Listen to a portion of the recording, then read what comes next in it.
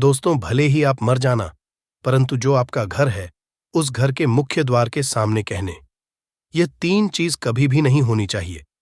दोस्तों, कहने का मतलब यह है कि आपके घर का मेन गेट के सामने यह 3 चीज नहीं होनी चाहिए।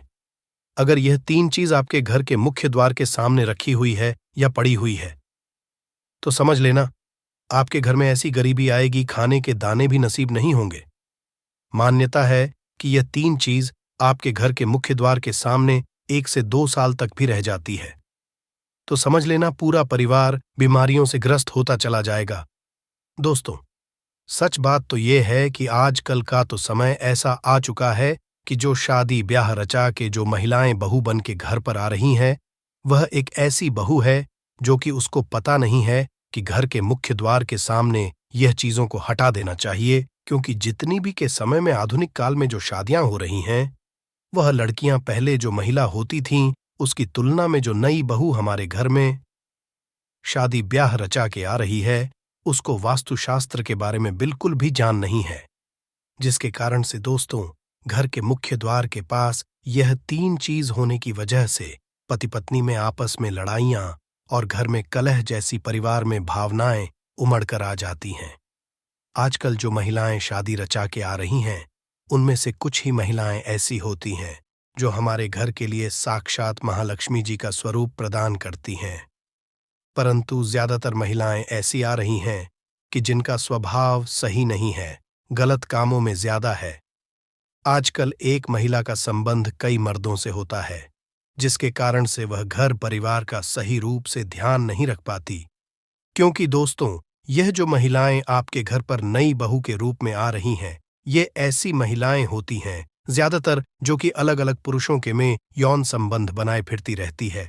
दोस्तों, हमारे घर की लक्ष्मी हमारी बहू होती है, और जब नई नई जो बहू आती है ना, उनका ध्यान हमारे घर की सुख समृद्धि की तरफ ना होकर गलत कामों में ज्यादा होता है, जिसके कारण से घर के मुख्य द्वार के सामने यह 3 चीज महिलाएं हटा नहीं पाती है और धीरे धीरे घर बर्बाद होता चला जाता है। दोस्तों, वीडियो को हल्के में लेने की भूल बिल्कुल भी मत करना। जानकारियां बहुत ही सावधानी पूर्वक आपको बताई जा रही है, आप जीते जी मर जाओगे अगर ऐसी महिला से आपका पाला पड़ा है तो दोस्तों शर्म आती है। ऐसी महिलाओं के ऊपर जो आज अपने ही घर को बर्बाद करने में लगी है, भगवान ही जाने आजकल ऐसी कैसी महिलाएं आ चुकी हैं इस पृथ्वी पर। महिलाओं का कोई पता नहीं कब अपने कपड़े कब कहां पर उतार दे, कोई पता नहीं किसी के साथ भी ऐसा हो सकता है। दोस्तों, जरा सोच कर दीजिए, आजकल नवयुवती शादी ब्याह रचा के अपने घर पर आती है, दो कुछ ऐसी महिलाएं होती हैं दोस्तों जिन्हें यह नहीं पता है कि घर के मुख्य द्वार के सामने यह 3 चीज बिल्कुल नहीं होनी चाहिए। इस बात का पता आजकल की महिलाओं को बिल्कुल भी नहीं होता है। और दोस्तों, जो नई नई घर में महिलाएं बहू के रूप में आती हैं, उन्हें नहीं पता होता है कि घर के मुख्य द्वार के सामने क्या तो होना चाहिए, क्या नहीं होना चाहिए। इस बात का ज्ञान नई नई जो महिलाएं हमारे घर में बहू बन के आती हैं, उन्हें इस बात का ज्ञान बिल्कुल भी नहीं होता है। कल की जो महिलाएं होती हैं वह ज्यादातर समय मोबाइल और अन्य नए नए मर्दों के साथ में बिताती हैं। बस दोस्तों, नई महिलाओं का तो काम दिन हो या रात हो, बस गलत कामों में या संभोग करने में लगा हुआ है। दोस्तों, जिस तरह से भगवान की पूजा करने का समय होता है, इस तरह से दोस्तों पति और पत्नी का एक दूसरे के साथ संभोग करने का सही समय होता है। परंतु आधुनिक समय में कई महिलाएं और कई पुरुष संभोग करने का समय भी नहीं देखते हैं। जैसे दोस्तों, कोई महिला किचन में खाना बना रही होती है तो पुरुष संभोग के लिए रसोई में ही टूट पड़ता है, जबकि ऐसा करना उचित नहीं है, और महिलाएं भी अपने पति को मना नहीं करती हैं। आधुनिक समय में पति पत्नी का किचन का बेडरूम बन जाता है, यह पता ही नहीं लगता, और जब घर बर्बाद होने लगते हैं तब जाकर अक्ल ठिकाने आती है। दोस्तों, अगर आपके घर में ऐसी महिला है तो आपको मार देगी, आपको घुट घुट कर मरना पड़ेगा। अगर ऐसी महिला आपके साथ है तो आज आधुनिक समय में ऐसा समय आ चुका है कि घर की महिलाएं जिस तरीके से अपने कपड़े बदलती हैं, ठीक उसी तरीके से अलग अलग मर्दों के साथ में समय बिताना लगी है। दोस्तों, आपको बताने का तो मन नहीं कर रहा, पर दोस्तों सच तो यही है कि आजकल महिलाएं बहुत बदल चुकी हैं। आज दोस्तों हम जो जानकारी आपको बताने जा रही हैं, हो सके तो अपने घर परिवार में सभी को ही पता होनी चाहिए। इसलिए दोस्तों, हम आपको जो जानकारी बता रहे हैं कि घर के मुख्य द्वार के सामने यह 3 बिल्कुल भी नहीं होनी चाहिए। दोस्तों, बोलो जय जय बजरंगबली की जय हो, बजरंगबली जी। जो भी भक्त इस वीडियो को देख रहा है, उसके घर में सुख समृद्धि आए, उसके घर में कोई भी परेशानी नहीं आए और पूरा परिवार सुख शांति से अपना जीवन यापन करें। दोस्तों, अगर तुम में से कोई जय जय बजरंगबली जी को मानता है, तो अगर सच में ही भक्त है, आप इस वीडियो को लाइक कर नीचे कमेंट में एक बार जय जय बजरंगबली लिख देना कि बजरंगबली जी। जो भी भक्त कमेंट बॉक्स में जय जय बजरंगबली लिखता है, तो उसके मन में जो भी मनोकामना है वह पूरी कर देना। दोस्तों, मानव जीवन में वास्तुशास्त्र का बहुत अधिक महत्व है। इसका निर्माण देवशिल्पी विश्वकर्मा जी द्वारा किया गया है। यह शास्त्र इतना विशाल और विस्तृत है कि इसे पूर्ण रूप से जीवन में अपनाना असंभव है, परंतु हम वास्तुशास्त्र के महत्वपूर्ण नियमों का पालन करके हमारे घर को पवित्र बना सकते हैं। वास्तुशास्त्र में भवन के निर्माण से जुड़े कई महत्वपूर्ण नियम बताए गए हैं। वास्तुशास्त्र के मुताबिक घर का मुख्य द्वार, मेन गेट, सिर्फ अंदर आने की जगह ही नहीं, बल्कि ऊर्जा का भी रास्ता भी है। वास्तुशास्त्र के अनुसार घर का मुख्य द्वार के लिए सबसे अच्छी दिशा उत्तर, उत्तर पूर्व या पश्चिम है, जो शुभ मानी जाती है और घर में सकारात्मक ऊर्जा के प्रवाह को सुनिश्चित करती है। दोस्तों, मुंबई के वास्तु सलाहकार नितिन परमार के मुताबिक घर का मेन गेट एक गुजरने वाली जगह है, जहां से हम बाहरी दुनिया से घर में आते हैं। यही वह स्थान है जहां से गुड लक और खुशियां घर में आती हैं। उनके मुताबिक मेन गेट को ज्यादा अहमियत इसलिए दी गई है क्योंकि यह स्वास्थ्य, धन और सद्भाव को बढ़ावा देने वाली कॉस्मिक ऊर्जा को अंदर या बाहर करता है। इसके अलावा मेन गेट घर की पहली छाप भी तय करता है। दोस्तों, भवन के निर्माण से पूर्व भूखंड का चयन कैसे करना चाहिए, किस प्रकार का भूखंड भवन के निर्माण के लिए सर्वोत्तम होता है, तथा भवन के पास स्थित वृक्ष, मंदिर, पेड़ पौधे, मार्ग आदि का भी विचार किया जाता है। उसके बाद घर का निर्माण करते समय घर के मुख्य द्वार की दिशा को सबसे अधिक महत्व दिया गया है। भवन का द्वार कौन सी दिशा में होना श्रेष्ठ फल प्रदान करता है? अलग दिशाओं का महत्व भी अलग अलग होता है। इसलिए भवन का मुख्य द्वार बनवाते समय मुख्य द्वार की दिशा को ध्यान में रखना बहुत आवश्यक होता है। दोस्तों, यदि गलत दिशा में मुख्य द्वार का निर्माण किया जाए तो इसके अशुभ परिणाम हासिल होते हैं। घर के अंदर वास्तु दोष उत्पन्न होते हैं और उस घर में निवास करने वाले लोगों को जीवन में कई परेशानियों का सामना भी करना पड़ता है। भव मुख्य द्वार के आकार का भी ध्यान रखना आवश्यक होता है। वास्तुशास्त्र के अनुसार भवन के मुख्य द्वार को लकड़ी से बनाना ही श्रेष्ठ बताया गया है। लकड़ी से बना मुख्य द्वार ही श्रेष्ठ फल प्रदान करता है। अन्य चीजों से लकड़ी का द्वार नहीं बनवाना चाहिए। हमारे शास्त्रों में ऐसे वृक्षों के बारे में बताया गया है, केवल उन वृक्षों की लकड़ी से ही मुख्य द्वार बनवाना चाहिए। अन्य की लकड़ी से बने प्रवेश द्वार शुभ परिणाम नहीं देते हैं। यदि इन शुभ वृक्षों की लकड़ी से प्रवेश द्वार बनवाया जाता है तो उस भवन में निवास करने वाले लोगों को हमेशा उन्नति मिलती है। उस घर में कभी दुख दरिद्रता नहीं आती है। इन लकड़ीपों से निकलने वाली सकारात्मक ऊर्जा से घर का वातावरण पवित्र और सकारात्मक बनता है। ऐसे घर में मां लक्ष्मी का निवास होता है और देवी देवता भी प्रसन्न होकर ऐसे घर में प्रवेश करते हैं। घर का मुख्य द्वार बनवाते समय इस बात का विशेष ध्यान रखना चाहिए कि आप इन वृक्षों की लकड़ी का ही इस्तेमाल करें। तो चलिए जान लेते हैं घर का मुख्य द्वार कैसा होना चाहिए जिससे घर में सुख शांति बनी रहे और धन संपत्ति का आगमन हो। दोस्तों, सबसे पहली बात, दोस्तों, वास्तुशास्त्र में कहा गया है कि भवन का मुख्य द्वार अर्थात आपके घर का प्रवेश द्वार आपके घर के अन्य दरवाजों से आकर में बड़ा होना चाहिए। मुख्य कभी अन्य दरवाजों से छोटा नहीं होना चाहिए, ताकि घर के अंदर की ओर बाहर से आने वाली ऊर्जा का संतुलन बना रहे। अगर मुख्य द्वार आकर में छोटा होता है तो उस घर में हमेशा क्लेश और लड़ाई झगड़े होते रहते हैं। दोस्तों, घर का मुख्य द्वार का आकार घर के अन्य द्वारों जितना भी नहीं होना चाहिए। मुख्य द्वार हमेशा ही बड़ा होना चाहिए तभी इसका शुभ फल हासिल होता है। वास्तु में मुख्य द्वार से जुड़ी और एक महत्वपूर्ण बात बताई गई है कि मुख्य द्वार हमेशा 2 पलों का होना चाहिए। इस मुख्य द्वार को खोलते अथवा बंद करते वक्त दोनों हाथों का उपाय होना चाहिए। 2 पल्लों का मुख्य द्वार ही भवन के लिए शुभ समझा गया है। 2 पलों के मुख्य द्वार के कारण घर मंदिर की तरह प्रतीत होता है। मां लक्ष्मी ऐसे ही घर में प्रवेश करती है जिस घर का मुख्य द्वार 2 पल्लों का होता है। अगर आपका मुख्य द्वार एक ही है तो आप उसे बदलवा कर 2 पल्लों का द्वार जरूर बना लें। इससे आपके जीवन में कई सकारात्मक बदलाव देखने को मिलेंगे। तीसरी महत्वपूर्ण बात ध्यान में रखनी चाहिए कि वास्तुशास्त्र के अनुसार मुख्य द्वार के पास दहलीज जरूर होनी चाहिए। दहलीज के बगैर मुख्य द्वार अपूर्ण समझा जाता है। दोस्त, भवन के प्रवेश द्वार के पास दहलीज का होना अनिवार्य है। दोस्तों, शास्त्रों में कहा गया है कि दहलीज भवन की रक्षा करती है। दहलीज के होने से घर में नकारात्मक शक्तियां प्रवेश नहीं कर पाती हैं। दोस्तों, दहलीज की ऊंचाई 2 से 5 इंच तक होनी चाहिए। दोस्तों, दहलीज की नियमित रूप से पूजा करनी चाहिए।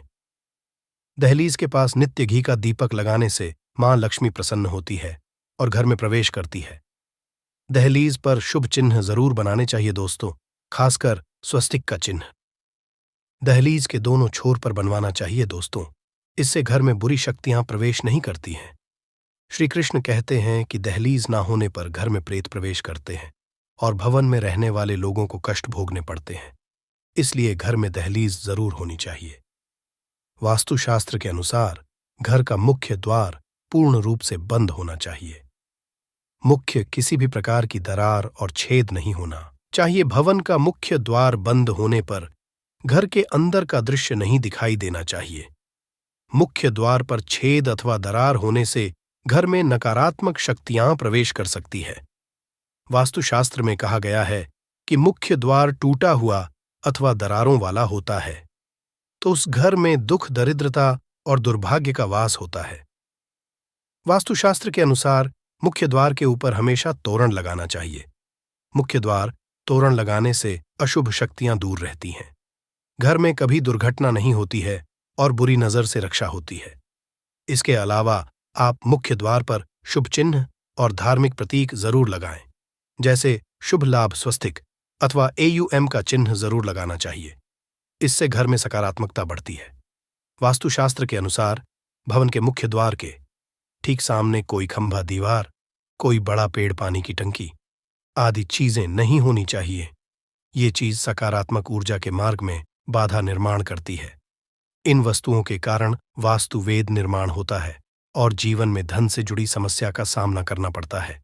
ये चीजें मुख्य द्वार के सामने होने से जीवन में आने वाले अवसर भी कम होने लगते हैं।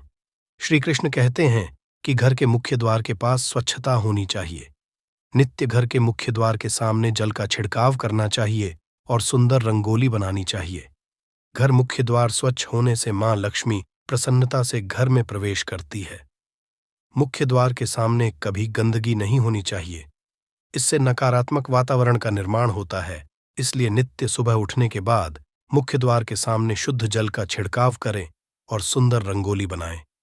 वास्तुशास्त्र के अनुसार मुख्य द्वार को खोलते अथवा बंद करते समय कर्कश आवाज नहीं आनी चाहिए।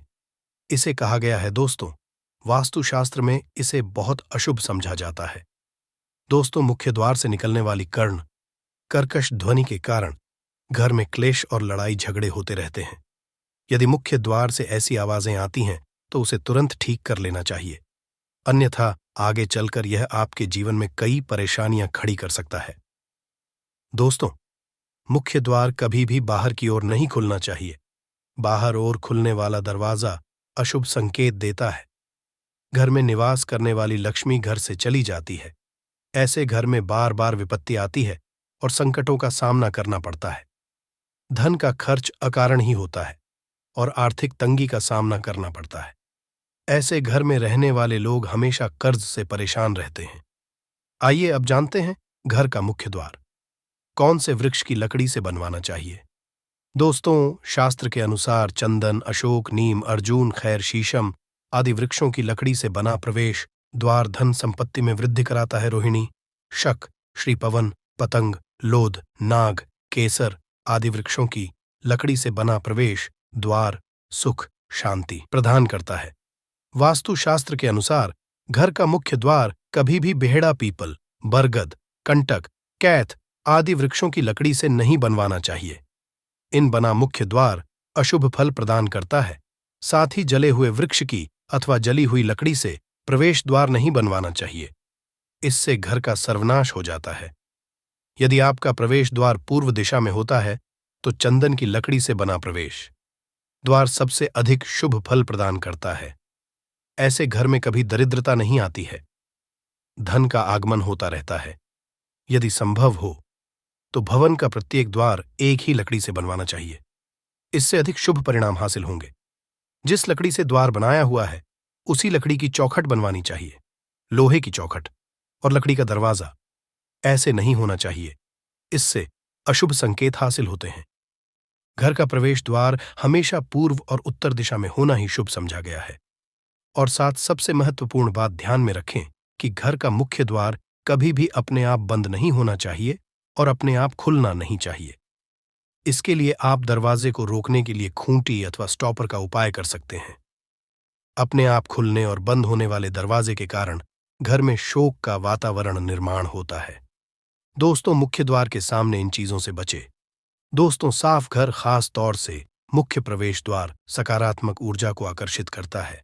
कि रैंक पुराने फर्नीचर, कूड़ेदान, टूटी कुर्सियों या स्टूल को मुख्य दरवाजे के पास रखने से बचें। दोस्तों, मुख्य द्वार के सामने कभी भी शीशा ना लगाएं। यह उन ऊर्जाओं को प्रतिबिंबित करेगा जो घर में प्रवेश कर सकती हैं। मुख्य द्वार पर ऐसी कोई पेंटिंग या कलाकृति ना लगाएं जिसमें काले रंग हो। मुख्य प्रवेश द्वार के लिए लाइट लगवाते समय लाल रंग का इस्तेमाल नहीं करें। मुख्य द्वार के लिए लाइट लगाते समय लाल रंग की रोशनी का इस्तेमाल करने से बचें।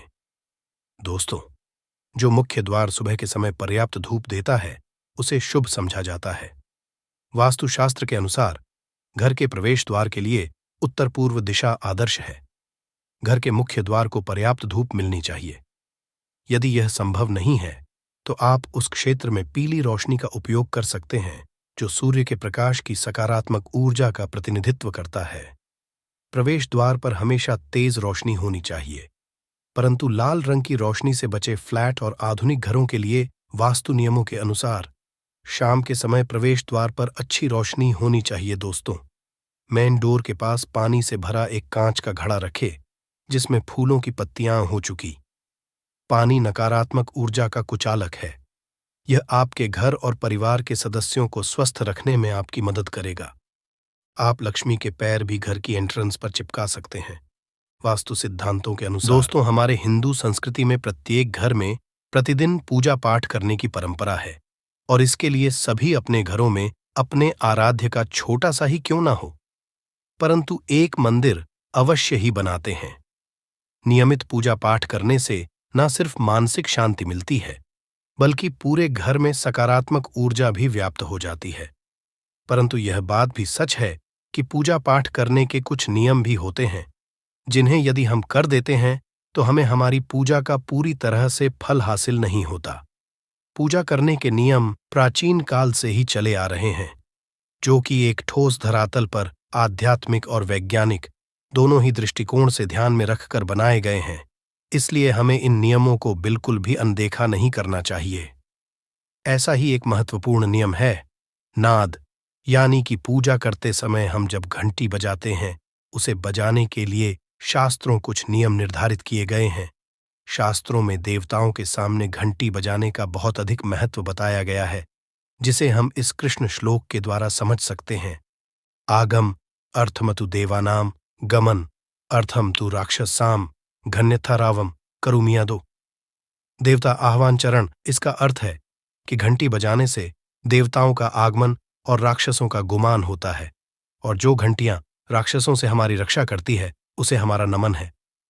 तो चलिए दोस्तों, जान लेते हैं कि पूजा करते समय जब हम घंटी बजाते हैं तो उसके पीछे क्या कारण है, घंटी को बजाने के क्या नियम है और पूजा के वक्त घंटी बजाते समय होने वाली गलतियां कौन सी है जो हमें भूल कर भी नहीं करनी चाहिए। दोस्तों, क्या आपने कभी अपने घर के मंदिर में रखी हुई घंटी को ध्यान से देखा है?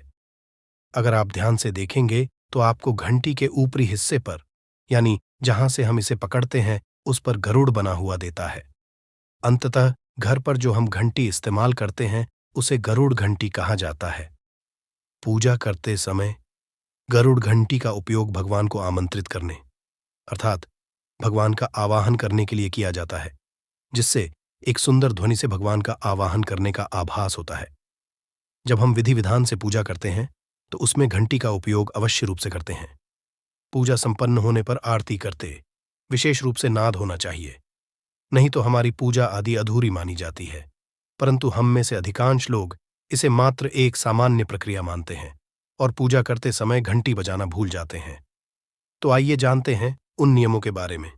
मतलब आज की वीडियो पूरी तरह से आपके प्रश्नों पर आधारित है, जिनका उत्तर मैं आपको शास्त्रों के अनुसार देने का पूरा प्रयास करूंगा। तो वीडियो को पूरा जरूर देखें और अगर आपको आज की वीडियो अच्छी लगे तो इसे लाइक जरूर कीजिए। जय मां लक्ष्मी आपके इस वीडियो को जो भी लाइक और चैनल को सब्सक्राइब करें उसके जीवन में कभी भी धन की कमी ना होने देना। दोस्तों, हमारे प्राचीन शास्त्र की मान्यता है कि सृष्टि के निर्माण के समय सबसे पहले जो बड़ी सी ध्वनि निकली थी वह घंटी की आवाज के समान सुनाई दी थी। घंटी की ध्वनि में ओमकार नाथ का भी आभास होता है, इसलिए घंटी को ईश्वर की आवाज मानते हुए पूजा में स्थान मिला है। इसलिए घंटी का कभी भी अपमान न करें और जिस तरह से देवी देवता की पूजा की जाती है वैसे ही घंटे की भी पूजा करनी चाहिए। दूसरी बात, घंटी को प्रणाम करके ही उसे बजाना चाहिए।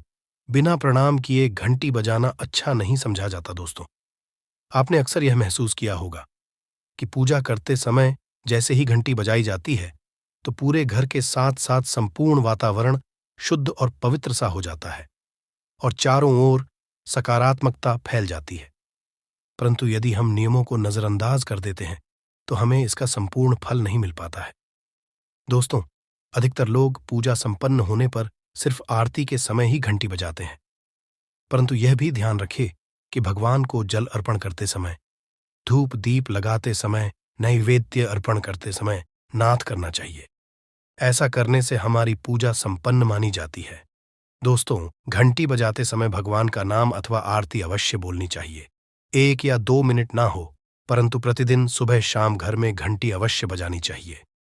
यदि आपको अपने घर में या अपने आप में नकारात्मकता महसूस हो तो आप थोड़ी देर के लिए भगवान के सामने घंटी अवश्य बजाए, सारी नकारात्मकता नष्ट हो जाएगी। दोस्तों, पूजा घर में शनि महाराज एकांत, विरह, उदासीनता और वैराग्य के देवता माने जाते हैं, जबकि गृहस्थी को चलाने के लिए राग, प्रेम एवं भौतिक चीजों की जरूरत होती है।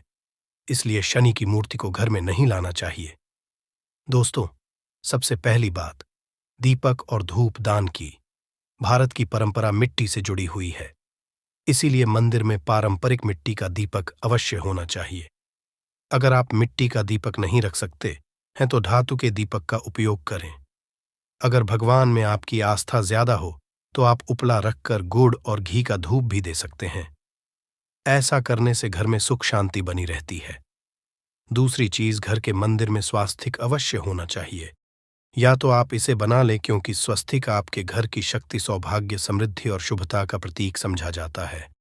यही मुख्य कारण है कि कोई भी शुभ कार्य करने से पहले स्वस्तिक का चिन्ह अवश्य बनाया जाता है। तीसरी चीज है कलश। भगवान श्री कृष्ण कहते हैं, कलश सुख और समृद्धि का प्रतीक है। अपने मंदिर में रोली कुमकुम से स्वस्तिक बनाकर उस पर मंगल कलश अवश्य रखें। ऐसा करने से घर में सदैव समृद्धि बनी रहती है और की हासिल होती है। चौथी चीज, बहुत ही कम लोग जानते हैं कि शंख की उत्पत्ति समुद्र से निकले 14 रत्नों के साथ हुई थी। इसी कारण से शंख महालक्ष्मी को अत्यंत प्रिय है। शंख की ध्वनि से सकारात्मक ऊर्जा का भी संचार होता है, इसीलिए मंदिर में शंख अवश्य होना चाहिए। शंख के घर में उपस्थिति से मां लक्ष्मी भी प्रसन्न होती है और उस घर में कभी भी धन की कमी महसूस नहीं होती। पांचवी चीज, मंदिर में आपने घंटी देखी होगी, क्योंकि घंटी को शुभ समझा जाता है। इसीलिए जब जब घर के मंदिर में घंटी की आवाज होती है वहां का वातावरण शुद्ध और पवित्र बनता है। जिस घर में पूजा के दौरान घंटी बजाई जाती है उस घर के आसपास की सभी नकारात्मक शक्तियां दूर हो जाती हैं और साथ ही सुख समृद्धि के द्वार खुलने लगते हैं। तो ये है वे वस्तुएं जिन्हें घर के मंदिर में जरूर रखनी चाहिए। आइए अब जान लेते हैं कि घर के कौन सी चीजें कभी नहीं रखनी चाहिए। सबसे पहली चीज, गणेश जी की मूर्ति घर में। कभी भी गणेश जी की मूर्ति 3 अथवा 5 ऐसी विषम संख्या में न रखें। अपने मंदिर में गणेश जी की सिर्फ 2 मूर्तियां रखें। इसे शुभ समझा जाता है। अगर आप अपने मंगल की कामना करते हैं तो गणेश जी की मूर्ति मुख्य द्वार पर अंदर की तरफ मुख करके लगा ले। कई लोग ये गलती करते हैं कि मुख्य द्वार पर गणेश जी की मूर्ति बाहर की ओर मुख करके लगा देते हैं, जिससे उन्हें काफी नुकसान का सामना करना पड़ता है। अगर आप चाहे तो द्वार के दोनों ओर लगा दें या फिर मुख्य द्वार के अंदर की ओर लगाइए, परंतु बाहर की ओर कभी भी नहीं लगानी चाहिए। दूसरी चीज, टूटे हुए चावल। अपने मंदिर में कभी भी टूटे हुए चावल ना रखें। इसके साथ ही पुराने चढ़ाए हुए चावल अधिक समय तक ना रखें। यह नकारात्मक ऊर्जा फैलाते हैं। यह बात भी ध्यान रहे कि आप मंदिर में रखने वाले चावलों का इस्तेमाल हल्दी में भिगोकर ही करें। इससे अधिक शुभ परिणाम मिलेंगे। 3 की तस्वीरें। इसके साथ ही अगर आपके घर के मंदिर में पूर्वजों की तस्वीरें रखी हुई हैं तो उन्हें तत्काल बाहर निकाल दें। ये आपके परिवार के लिए काफी अशुभ है। धर्म ग्रंथों के अनुसार पूर्वज पूजनीय हैं, परंतु वह देवताओं के बराबर नहीं है। इसलिए अपने पूजा घर में कभी भी मृत परिजनों की तस्वीरें ना रखें। यह आपके लिए अशुभ संकेत है। इसके परिणाम भी काफी घातक हो सकते हैं और मंदिर का वातावरण भी नकारात्मक हो सकता है। इसके अलावा अगर साधु संत को मानते हैं तो उनकी तस्वीर भी घर की किसी दीवार पर लगाएं। उसे पूजा घर में भूल से भी ना रखें। ये घर के वातावरण को नकारात्मक बनाता है। इसके साथ ही महाकाली, काल भैरव की मूर्तियां भी पूजा घर में नहीं रखनी चाहिए। और हाँ दोस्तों, ध्यान रहे कि मां लक्ष्मी के खड़े स्वरूप की पूजा मत कीजिएगा, क्योंकि मां लक्ष्मी हमेशा बैठी हुई मुद्रा में होती है। इसलिए उनके बैठे हुए स्वरूप को ही पूजना सही है।